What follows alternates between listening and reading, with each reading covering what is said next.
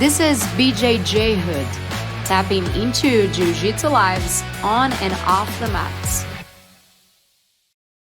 Hello. We are back with the BJJHOOD Podcast. I'm Babi, your host. And Jay, your co-host. We're here to share inspirational stories about women in Jiu Jitsu and how the martial art changed their lives.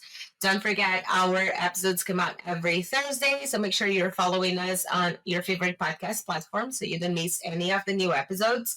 Follow us too on YouTube at BJJHOOD Podcast. That's where we have subtitles in Portuguese for all the interviews that are in English and subtitles in English for the interviews that are in Portuguese. Make sure you follow us on Instagram too. That's where we're posting the snippets of the interviews, information on our guests. That's how you're going to have a better contact with us and our guests here at the BJJHOOD Podcast. Your support, it's really, really important. So make sure you are sharing the episodes, sharing the information that we're putting out there on our Instagram page, and of course, giving the support to the women that we're bringing on the show. Today with us, we have Nathi De Jesus. She's decorated with the Armor of Christ and a distinguished Jiu Jitsu black belt. She has triumphed in numerous world championships in both gi and no-gi categories. If you do Jiu Jitsu, you probably heard of her. If you didn't, you might be just like hiding yourself, not looking at social media or anything, because she's one of the biggest Jiu Jitsu competitors, women out there. Most recently, she obtained the Who's Number One Heavyweight Championship victory, and we are here thrilled to explore Nat's world and solid leadership. Nathi, thank you so much for taking your time talking to us here today at the BJJHOOD Podcast. It's a pleasure to have you. Thank you guys for inviting me. I'm so happy to be invited, so it's my pleasure to be here. Thank you. We'd like to start having our guests to tell a little bit about their journeys. So tell me, how did Jiu Jitsu start for you? Whenever I was a kid, I had like a lot of asthma, especially like back in Brazil, where I live, So my mom took me to the doctor, and he said like that I should do a sport, because also I was a little chubby girl, a little overweight. So he said she needs to practice something, and then he recommended like swimming. But then I didn't like too much. I was like, I don't want to do it. I want to do something else. And finally, like we went to like had a lunch to one of my stepdad friend, and he said that his brother owns judo gym over there. So he said, just bring Nachi, she will like it. It's really good. It's about, like respect and discipline, and also it's going to be a good sport for her. And not only that, like it's going to be good to her as a woman, as a girl, know how to protect herself. And then I don't know, I just like the idea, and I told my mom, I want to go, just take me there. And that's how I started. I started in judo first. And then over there, after a year train, I met like one of like my friends that used to do jiu-jitsu, and he invited me for a jiu-jitsu class. And then my mom didn't like the idea because she didn't like jiu-jitsu. Back in the days, jiu-jitsu used to be seen like as a bad martial art, especially for a girl.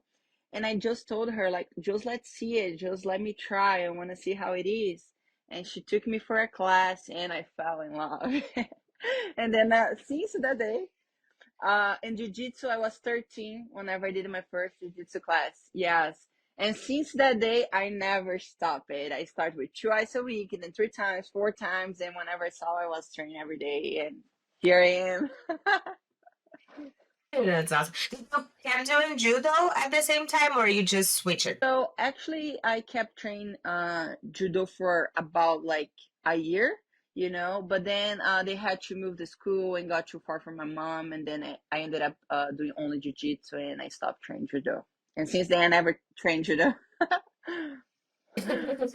How does your mom feel like today? Like, have you guys talked about it after so many years? Like, seeing where you got with your jiu-jitsu and everything you accomplished. Like, how does she feel like today? Like, oh, you're right. We should have done this. Like, what is her reaction to that? So right now, my mom she's a proud mom. Like everywhere I go, or everywhere we are, or even whenever she's by herself, she always tells people about me. Like, oh yeah, I have a Dora that she's jiu-jitsu world champion, all of that. I always get so embarrassed. Or like, hey, hi.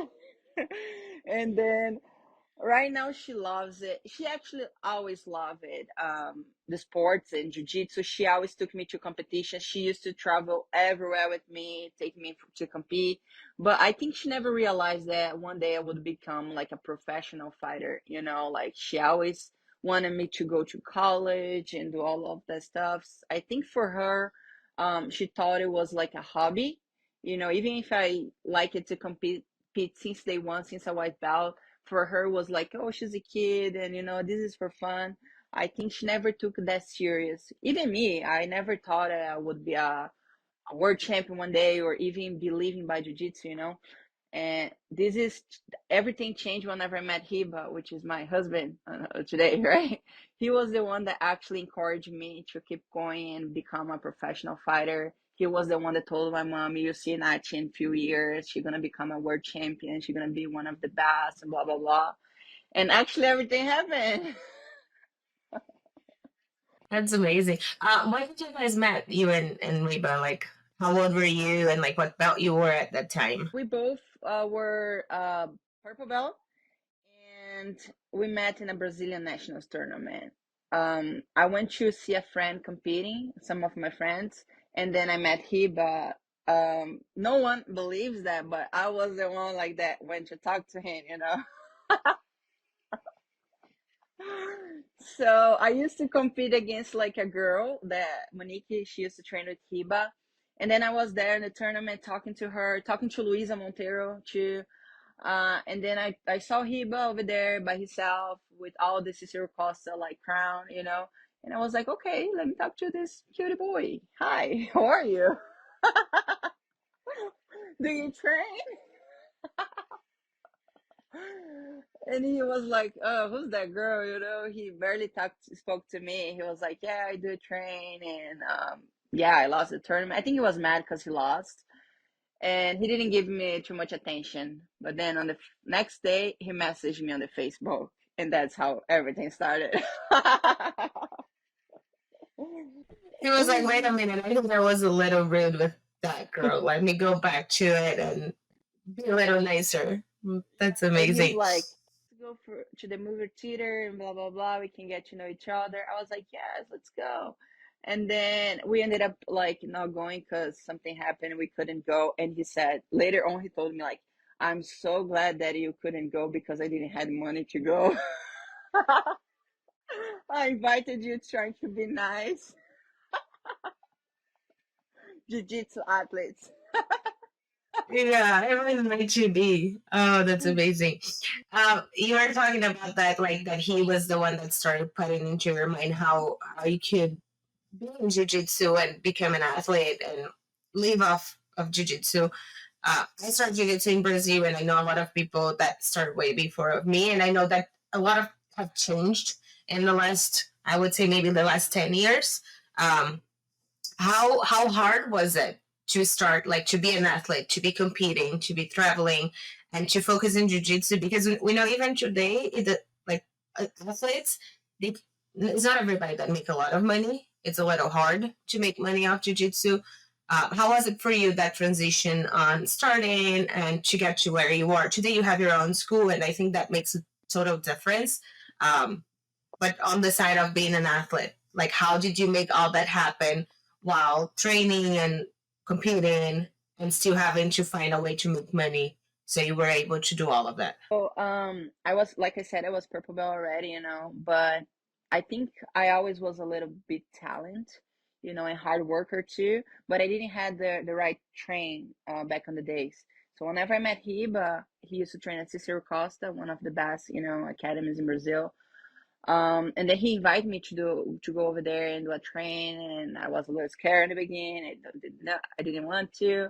But then I ended up going over there as a purple belt, and all the white belts was beating me up. So I was like, is something wrong? And I told the boy, like, are you really like white belt? He's like, yes. I was like, don't lie to me, because I was a purple belt. And then where I used to train, I used to do good with everybody. And then I got there, and I was 17, by the way. And then I trained with a boy. He was a 14 years old, like very skinny, a small boy, like a green belt. And he just made me cry on that day. Because he beat me so hard, and I was like, how are you doing that? And I was so tired, and a lot of emotions. I was like, this is crazy, this academy is insane. And I fell in love because I did love jiu-jitsu, and I always loved to compete. So that's when I took the decision to start training at Sister Costa and move my team. But the problem, I used to live like almost 3 hours away. So I had to do this back and forth every single day to be able to train. So I used to take a bus and then the subway and a train and then 30 minutes walk just to be able to train. And I did this for years. So I used to go to the gym in the morning and do like 2 trains and come back home. So it was a very like hard routine for me, but I never complained. I think I always loved that, the adrenaline and say like I'm a warrior, I'm doing all that. And I could see the results in a couple months because just few months train over there, I won the how to say, like, it's a tournament from Abu Dhabi. They used to do in Brazil like the trials. So I won the trials, and then I went to Abu Dhabi for World Pro, like with everything paid. So and that's when I realized that I actually could do more in jiu-jitsu. And Hiba, like I said, he always was the one that told me, like, you're so talented, you have the perfect height. I used to be way more skinny. He's like, you have a long leg, so that would be really good. You just need to train, and learn more. And that's when I started competing. And like you said, the sponsorship, it was really hard. So I did have a sponsorship for a gi, but I never got paid to compete, or even if I went tournament. So I had to do rifle and everything that I could. I used to help my mom to sell like cheese, like she used to get for cheaper, and we resell just to make enough money to compete, for me to compete. And that's how I started. And I came to USA the first time as a purple belt to compete Pan Ams, and I won Pan Ams. I come back and I wanted to compete Worlds, but I didn't have money for Worlds. But I always tell people like everything was a God plan, because I never planned anything, and always stuff's happened to me. He always put someone to help me out. Like I said, I didn't have even money to hotel, but like always a friend. Like Louisa was the one that helped me the most. She was always inviting me. You can stay with me. So I just had to focus on the tickets, and somehow somebody was paying my food. Like he always was providing me to make me kept going and not giving up, because he knew the future that he had for me. I didn't know back on the days. I almost like give up for real. But then always something happened. Like he always provide for me, saying like, this is a sign, keep going. You're doing good. You're gonna get there, you know? And yes, and whenever I was a brown belt, it was whenever I was the first time sponsored by a big brand, gi brand, and start getting a little bit paid. And that's how everything started. And I could like save some money to compete more. And I used to compete every single month, almost every single weekend in Brazil for competitions. They used to pay like open class. I was out there, spend like 100 reais to win 300 reais, you know? Just making a little bit off of it every time, right? Just a little bit. And I used to save the money to the next competition.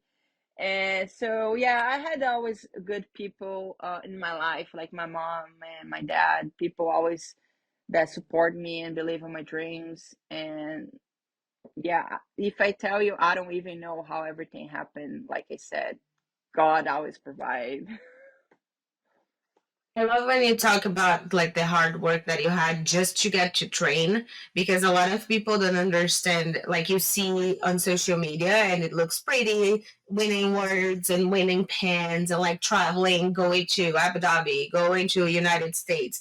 But I think just people that really live with an athlete and that have been like through the journey with you, they will understand of like um sometimes you didn't even know if you were going to have food or not. Somebody came and paid for your food. Somebody, you would get to that place and you would have the money just enough to like have 2 meals a day, go there, compete, and come back. Like you can do anything. So it's good for us to see from the outside too, of like it's really really hard for somebody to get to that level. It's not always an easy journey. Like you have to go through a lot of things.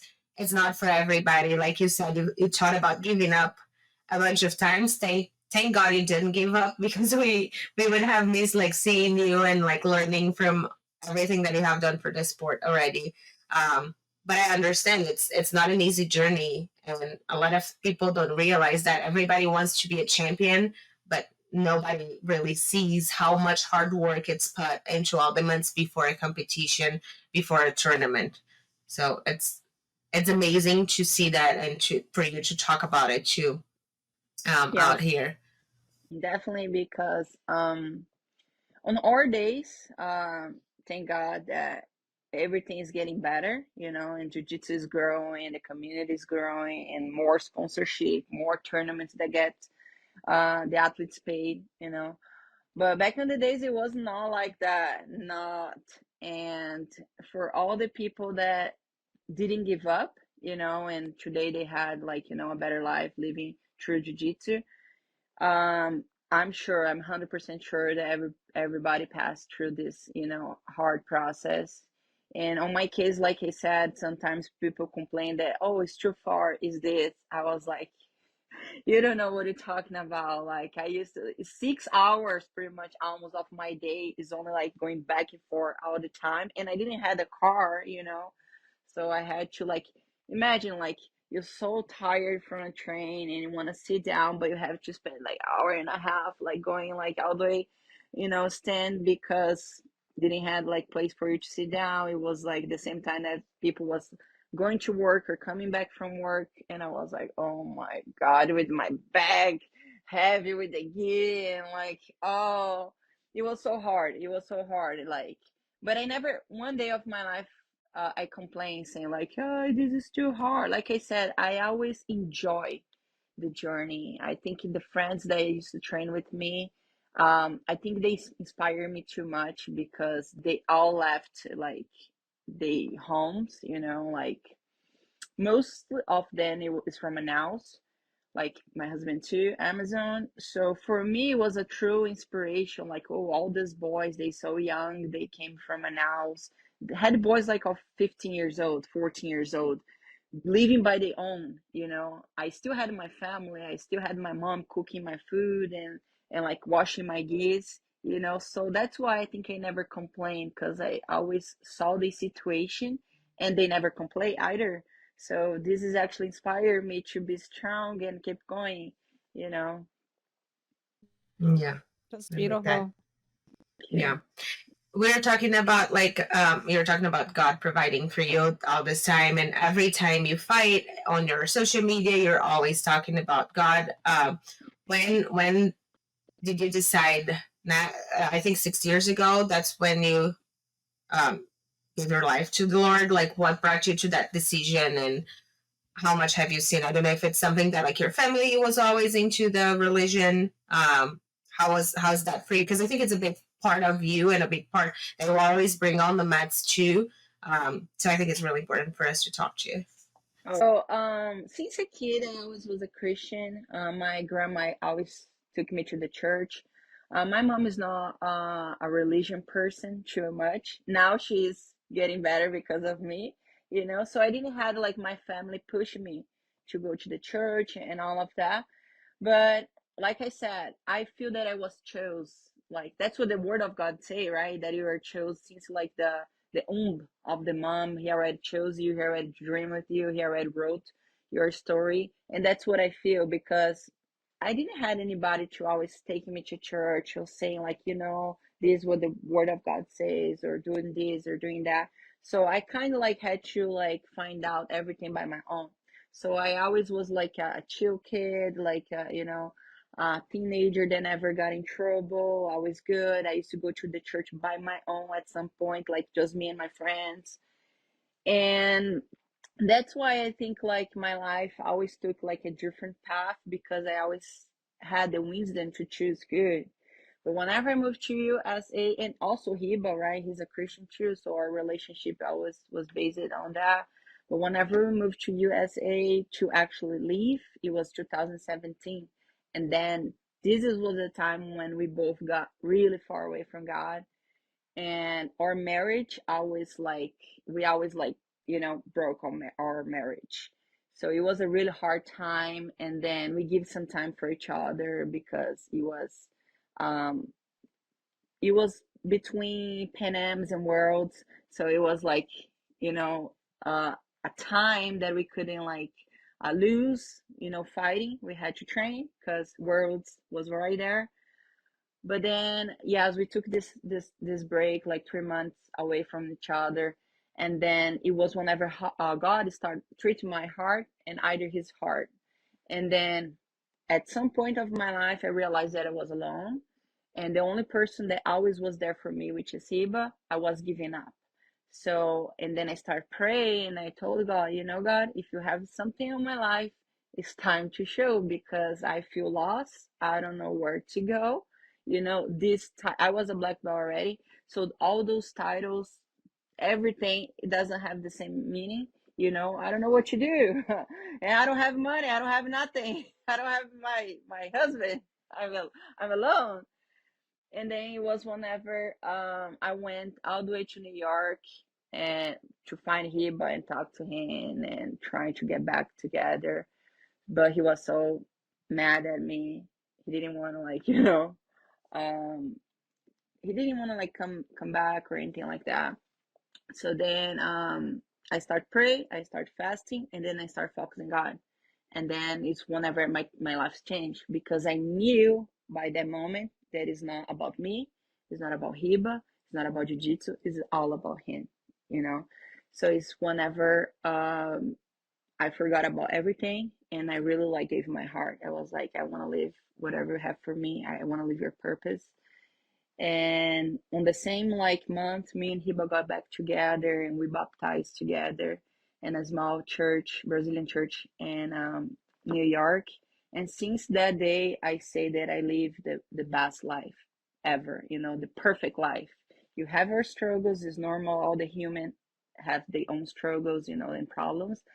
But now I know where to go. I know how to fight my battles. And then I find my purpose. I know that he called me in jiu-jitsu. He never let me give up, because one day he would put me on the highest, place to get the highest title to glorify his name, because it's not about me. It's about him. And people seeing that, I think like I was able through that actually touch a lot of people, that was lost, or one day was like me trying to giving up.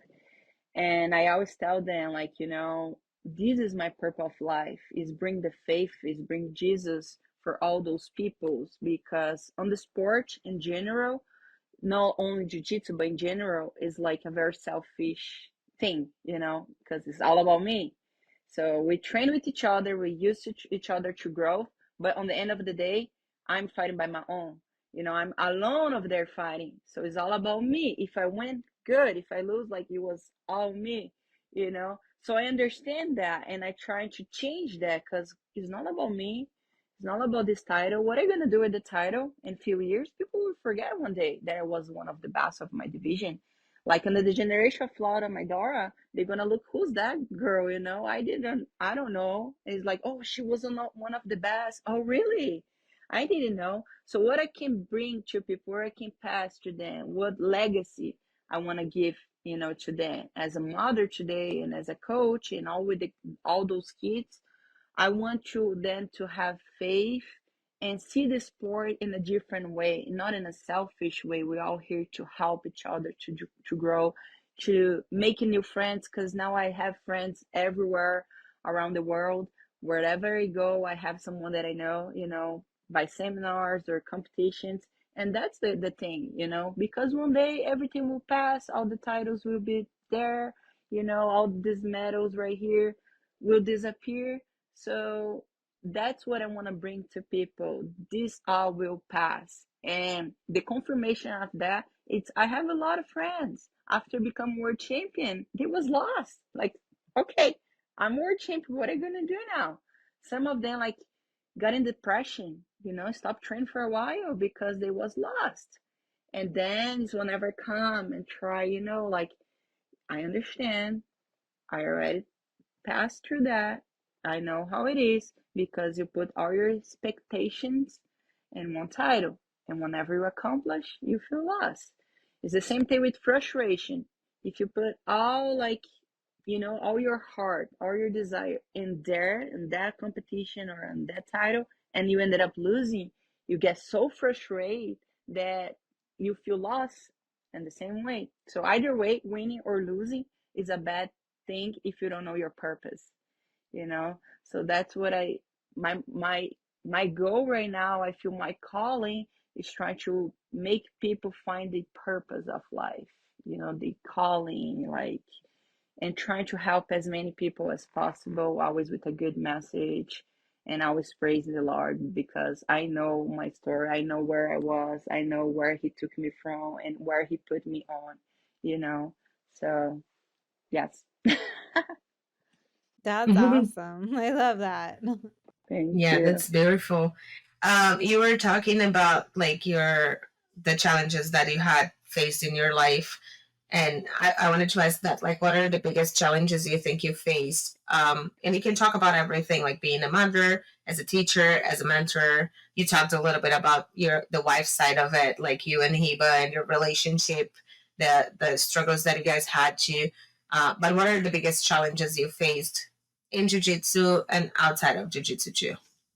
So, I think whenever, like I said, whenever I was a brown belt, it was the time that I almost give up because the money, it was something that I struggle with, especially to compete. Like I was living in Brazil, all the big competition was here in America. So how I could, you know, compete the biggest tournament if I didn't have money for it.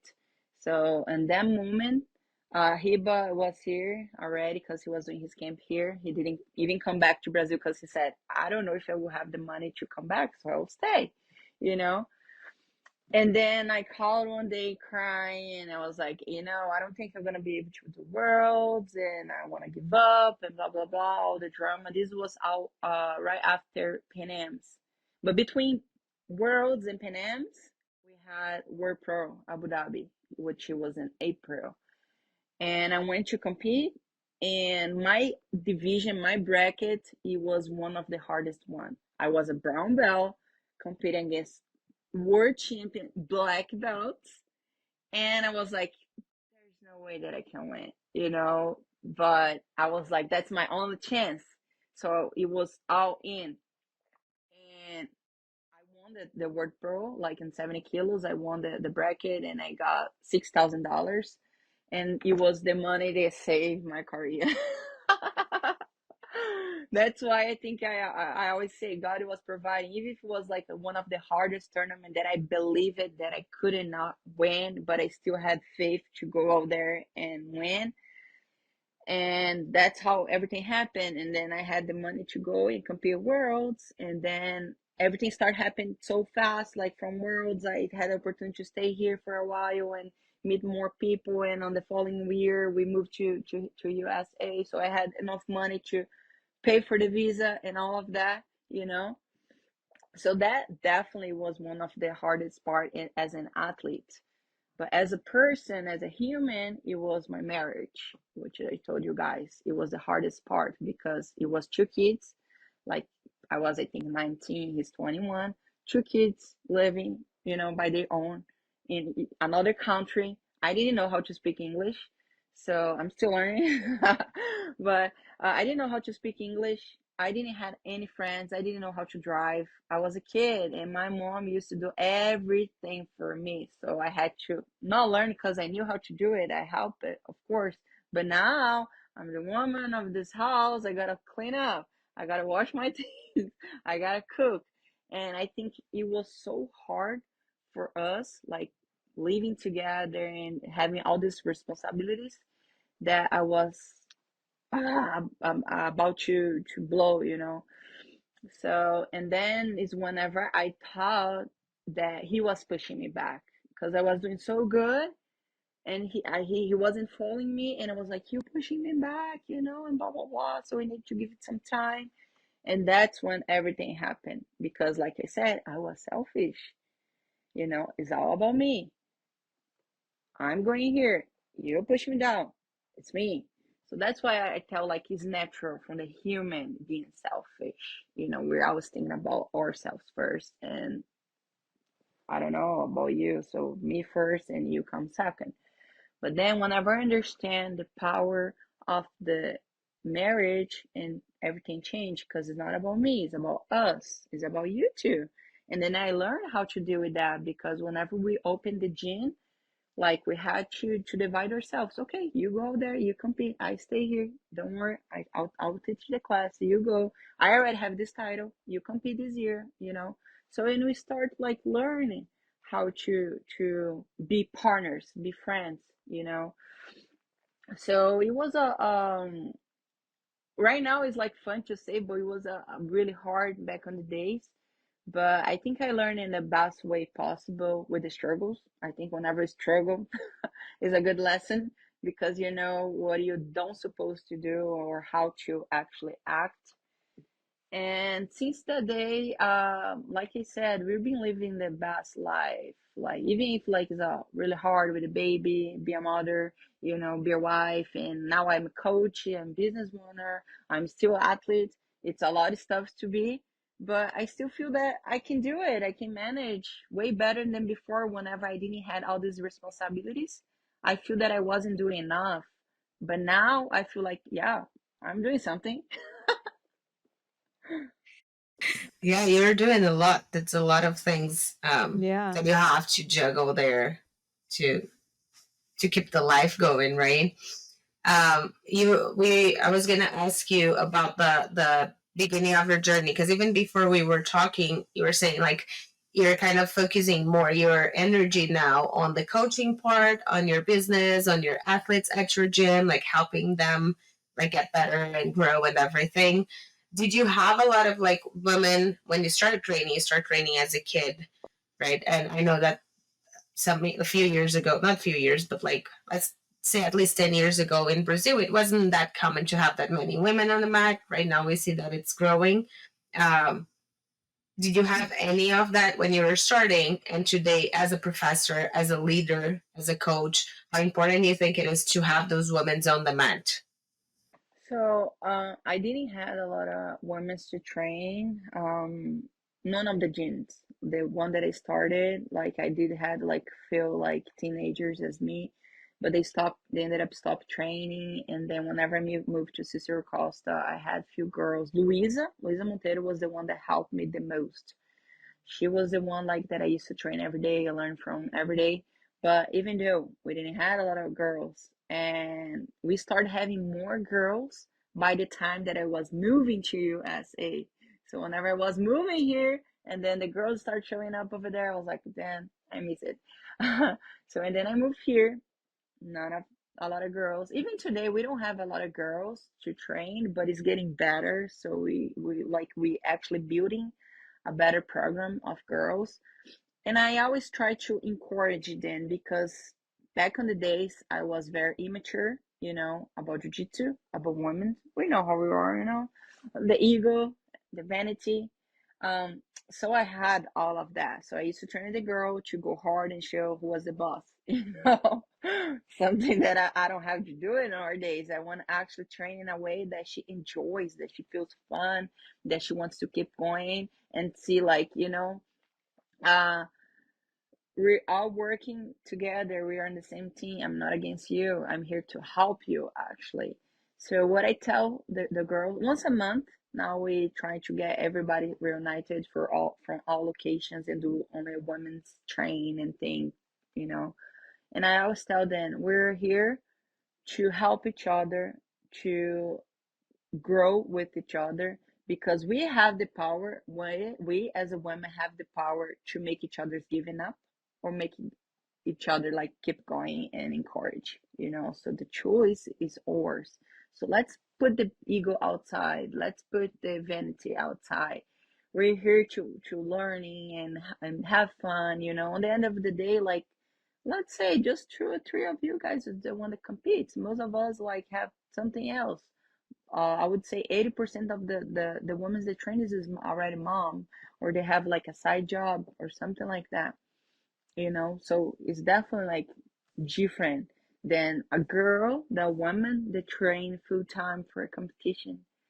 So that's the goal right now, like bring more women for this community to make them feel like stronger, make them feel like loved, make them feel like protect, you know, like make them feel like ready for anything. Like we never know on our days, is like we live in a danger world, you know, so we never know. I want you to know how to protect yourself, how to be able to stand up for yourself, you know.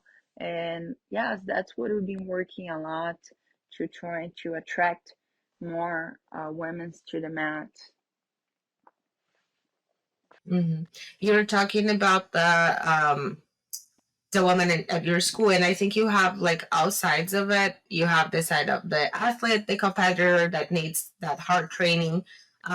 You are a mom now, so you know how busy you are. You have your business and everything. What would be the things that you would tell for this woman's like maybe the ones that are thinking about giving up, or the ones that think that they don't have like enough time to do everything? Like what would you say like that they should do to make sure that they are getting their training, not just for the athletes but especially for the common people? Because I think this is the biggest number that we have in jiu-jitsu. It's people that do jiu-jitsu for fun, because they like, because it's a hobby, because it's cool. How would you tell them like a way for them to manage that, where they can get the most of jujitsu, and at the same time they're not like leaving anything on the side on their personal lives, like their families, their job, and everything else? Like, do you have anything for them? Sorry guys, are you guys seeing me moving, or are the camera is good? No, you're frozen. Yeah, you're frozen. Yeah, it just froze in my camera. Did you stop and then start another recording session and see if that changes? Yes, let's do Let it. me see. I can. You had a bun on top of your head, and you kept on like adjusting your bun, and it was not like, you know, like I thought your hair was like halfway up and halfway down, you know, and now Yeah. I know it wasn't. It was a headband. Yeah. I was like, I can figuring it out now. Sorry. That's funny. Okay, go for it. What's your message for those girls?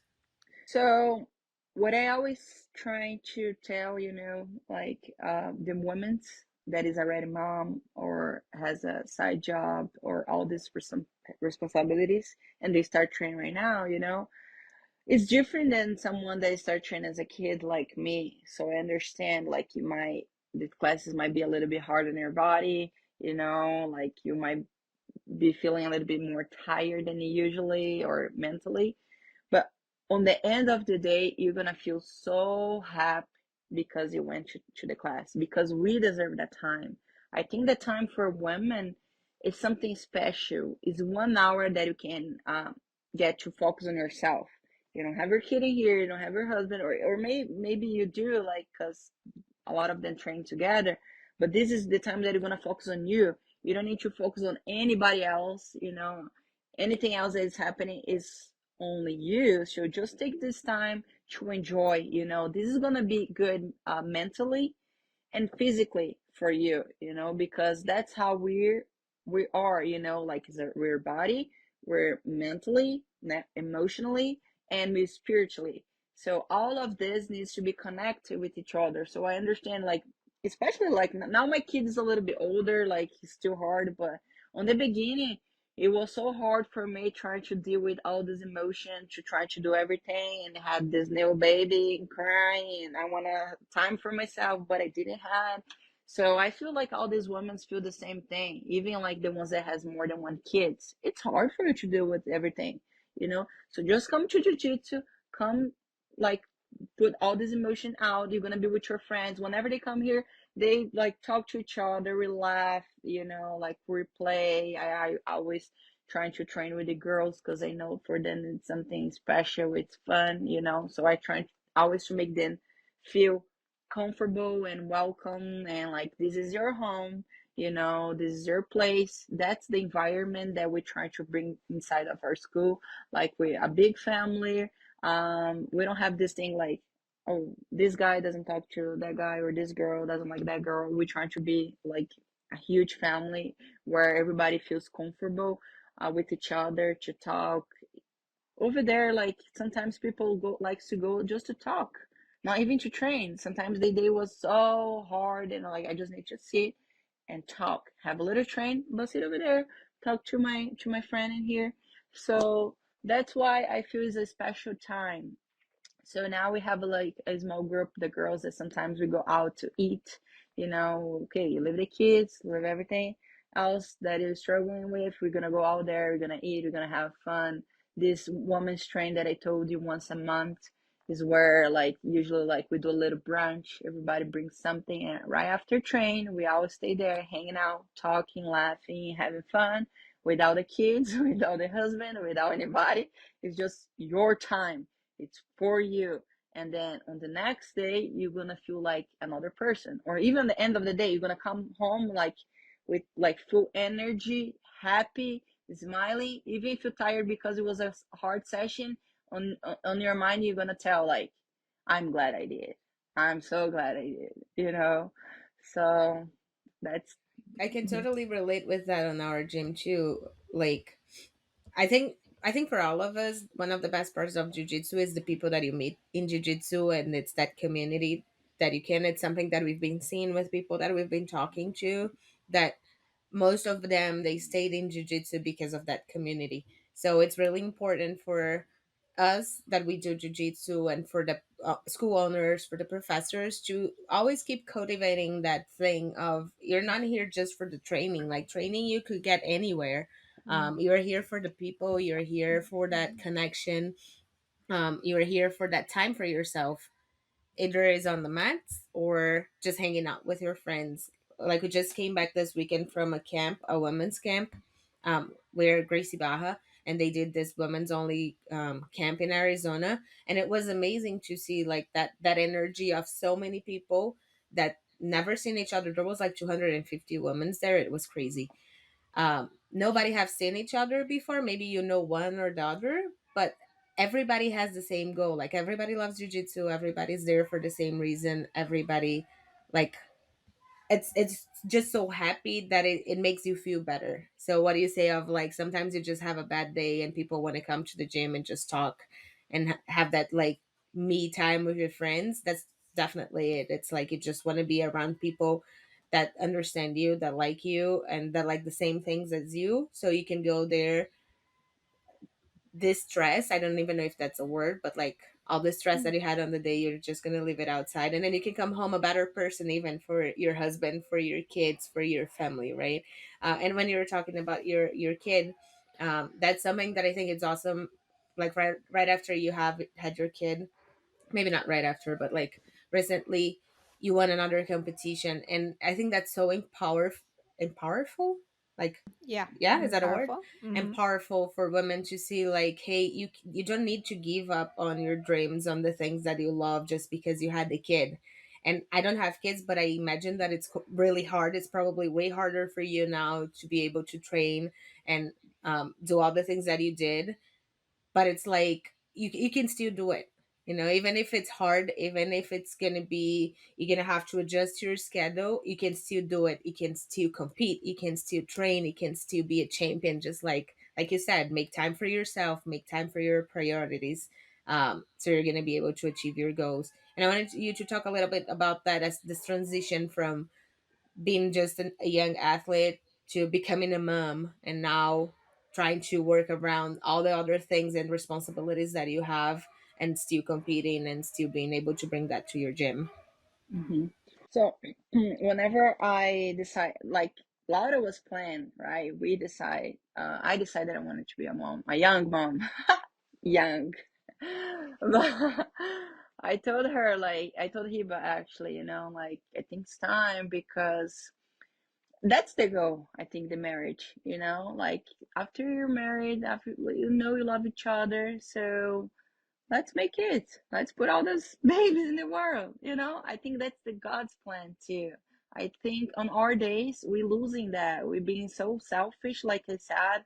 It's about us. It's about us. But like we have so much time for us. Like because being a parent, I can tell you, like it's not easy. It is the hardest job in the world, and it's not about you anymore. It's not about you guys anymore. Everything that you guys gonna do, all the plans is be based on your child. So I decide after winning double gold, world's double gold champion. Okay, now I want to become a mom. So imagine for that, like for all people, like a lot of people thought it was an accident or something or whatever. I was like, no, it was planned. Like we're planned, because I felt I accomplished the most highest, title in jiu-jitsu. It's time. Why not? I'm still young. I can come back. I can, train and compete. That was the mindset before you have a baby. Because after she born, I like I saw as in the real life how hard it is. That's why like on our days I give so much value for all these moms that is like stay home all day, like they job, because it's a job. It's not working outside, but it's staying with the kids. This is so hard. Like this is so hard. Like so that's why on our days whenever I see a mom like that, I know it's stressful sometimes, like people doesn't understand, but I'm like, I feel you, I got you, I'm proud of you. Because even if you feel that you're not valuable because I'm not doing this, I'm not, doing nothing, I'm not working, I'm just here with the kids. Yes, this is precious. You're raising all those kids to become like a better person. We need that, because if you actually invest more time in our kid, they're gonna become like a better like teenager and eventually better adults. So you might not see what you're doing right now, but God sees, and He's proud of you too because you chose then. But for the moms that work out, let's say now, okay, I don't have all this time. They feel like also guilty. On the end of the day, we always feel guilty for something, right? But all this mom, like, you need to provide, it's okay. So I'm proud of you too, because it's not easy. You're working out, you're coming home, but you still gotta work at home because all this time that you have is about your kids, is about to make them food, get them ready for bed, for the next day. So whenever I chose that, I didn't realize that would be that hard. So I start training right after, and of course I struggle a lot because I gain a lot of weight, and to lose all this weight, after giving birth, it was hard to me. But I was enjoying, and I want to prove to myself that I was capable. So it was not about title because I could have retired. I don't need to compete anymore. Like I won all that title. Why am I still competing? That's the question. People always want me to still competing, but like I had to do this question for me. I asked to myself, not why you still competing, God, why I'm still competing. And I understand that I'm still competing is not because I need the title. I don't need to impress anybody, but I need to motivate all these women in the world that wants to train or wants to compete or feel they're not capable. And I want to like show them that it's capable. If I can train to compete in a high level, you can train for hobby, you can train for fun, you can compete for fun. That's not your like, first job. That's your no professional. You're doing this for fun. For me, it's different. I still gotta carry that weight. But I chose that like to show to everybody that it's possible. And even for me, it was something very personal for me after having Laura still compete and still proving to myself, not for anybody, but for myself, that I was capable to do all that. And I went over there, I did a few competitions, and it was great. And that's the thing. I proved to me I can do it. And every time that I had the opportunity to speak after a competition, that was my speech. You guys can do it. Don't give up. Like I want to tell you guys, not only the moms, but the dads too, because some of the parents I understand for them, they stop training for a while to give the support for the women, but also you can do it. Don't use that as an excuse, because sometimes what we want is just a little excuse not to do it. So, and like I said, I don't have family here. You as a Brazilian, I don't have family here. It's only me and Hiba. We never had anybody helping. I don't have my mom. I don't have my stepmother. I don't have a sister, to like say, hey, today I'm going to give you like a free time. Go take care of yourself. Go sleep. Go do something. No, I learned on the hard way. So I know how it is, and I still was able to manage the time, to be able to train, even on the days that it was like, I'm so tired, I don't want to do it. Hiba was there, just do it, just do for fun. You don't need to, pressure yourself. And I started learning and I started, find joy in doing that. And one day I got the opportunity to compete and I was like, let's go. I don't know what it's gonna be, but let's go. Yeah, I love that. You're talking about that like retiring idea of not retiring, but getting all the titles that you needed to. I think the biggest thing in our sport is become a world champion, double gold, on your weight and open class, and you did that. When is the time you think for an athlete that it's such high level? Like, when do you think is the time to stop competing? I compete for fun. Like, I don't consider myself an athlete, but I do try to compete as much as I can. I'm not high level for sure. I'm a master, but it's like I keep thinking to myself, like, is there a time where I'm gonna be like, I don't want to compete anymore, I don't want to do this anymore? Like, I don't know if you felt anything like that, or like for the friends that you have, but like, when is that time that like, okay, I should now stop competing, or just like compete just for fun or once in a while, or not compete anymore and start focusing on something else? So I think this is very personal because everybody feel like they have a different time, either to compete, to start competing, or to stop. Like I said, I think I accomplished everything so young that for me it didn't make too much sense anymore compete or just for fun, because for me as in like professional athletes, it's not only for fun anymore. There's something in line for me. So you like you gotta find a purpose, like why I'm doing this. If it's for fun, keep going. If you feel like this is the joy, keep going. I never will say like, yeah, don't do it or stop. Like, even if those that used to be really good, and jiu-jitsu changes. Today you're here, and but always will come somebody to beat you up. That's part of life. You got to be mature for that. Which I don't feel is like the time, but I had to question myself. Like, Nachi, you won worlds 5 times only as a black belt. I want every every bout, right, that I compete.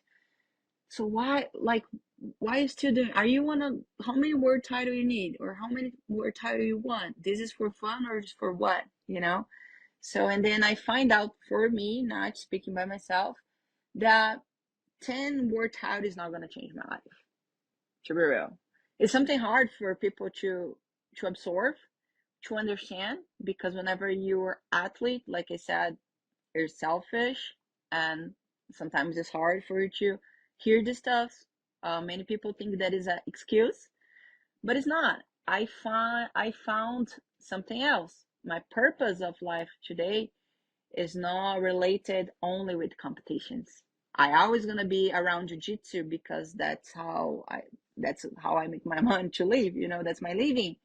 So I'm gonna still keep like being a coach, but my focus right now is using all this experience that I have, all my life, my lifestyle, everything, all my stories, to help other people to accomplish their goals. Is to raise my kid in the best way possible, is trying to bring the gospel somehow into jiu-jitsu. you know and every time there's a big competition, we always do a Bible study a day before. So we just start like messaging people and put on our social media like, hey, this day, this time, before worlds, we're having Bible study, come if you can. And people, they, how can I say, they thirsty for something they doesn't know what it is. And I know that is God. Like I said, you're gonna win worlds 10 times. So what? So then you know. So people fake they happy. I can see that a lot, especially like in a lot of athletes, black belt. They faking they have the perfect life, but they empty because the only one that can make you feel like full of joy and love is Jesus Christ. A title is not gonna give you that. I'm not gonna lie and be hype.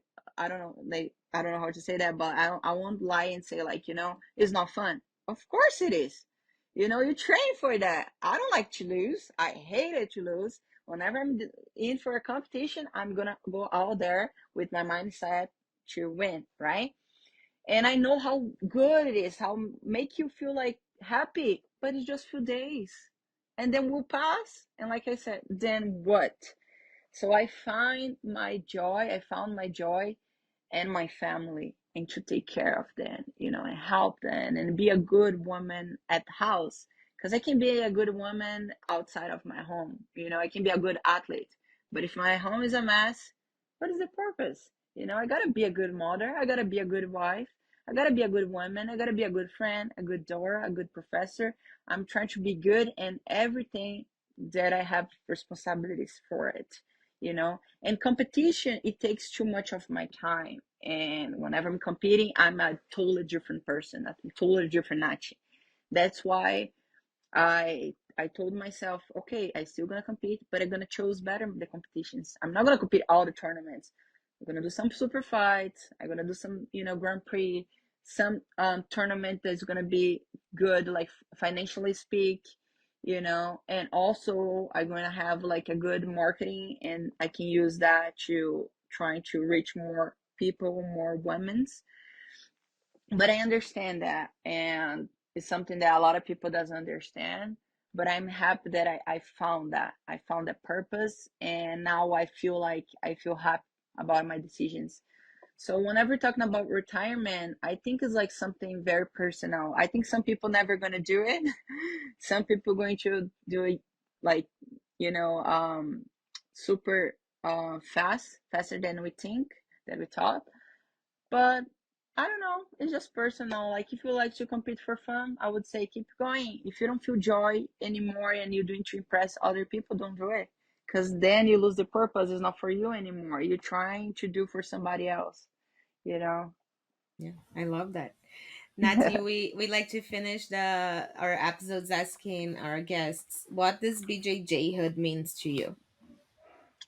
I think this is a beautiful platform, for people to have the chance to get to know a little bit more of the athletes. You guys bring a lot of people, and not only that, no, like sometimes people will come because, oh, this is a good athlete. I want to know the story. But whenever you start hearing the episode, is start hearing stuff they were never imagining, they were never taught, and this is can help you somehow. Especially like women's, we need more of that. We need more of this community being together, supporting each other, bringing more women to share this story, and open up more space for us that before we didn't have that much space, being a woman in a sport that is like, I don't know, now is 80% masculine, so you guys doing a great job. I'm just very happy to be part of this today, and thank you guys, thank you so much. Keep doing the good work. I know you guys gonna reach many lives, and that's what I'm gonna be praying for. No, thank you so much. Thank you for your Yeah. time today. That's definitely our goal, to build that community and to get these stories to more and more people, not just the women, to everybody else, to the men too. I think we need them, to the men, to spread the Mhm. word and to want to listen to our stories too, not just the women. Like we have to get there for everybody. And we're really, really happy to have you. I'm really glad that we had this conversation, that we could talk a lot more about your personal life too, and get into more details, not just of the competitive side of the Yeah, Nazi. your ministry and your fellowship is yeah, really inspiring. I'm very quiet today because I think I was just in shock of it You all. I was just are. absorbing it all, so I apologize. Oh, thank you. Yeah, thank you. And for you listening to this episode, make sure you share with somebody that can learn something from Nanti today. There are so many good insights from this interview that we had with her. So share with a friend. Um, we have the episodes going on every podcast platform, YouTube too, with subtitles in Portuguese. So even if you don't speak English, you could listen to it with the subtitles in Portuguese. Not listen, watch on YouTube.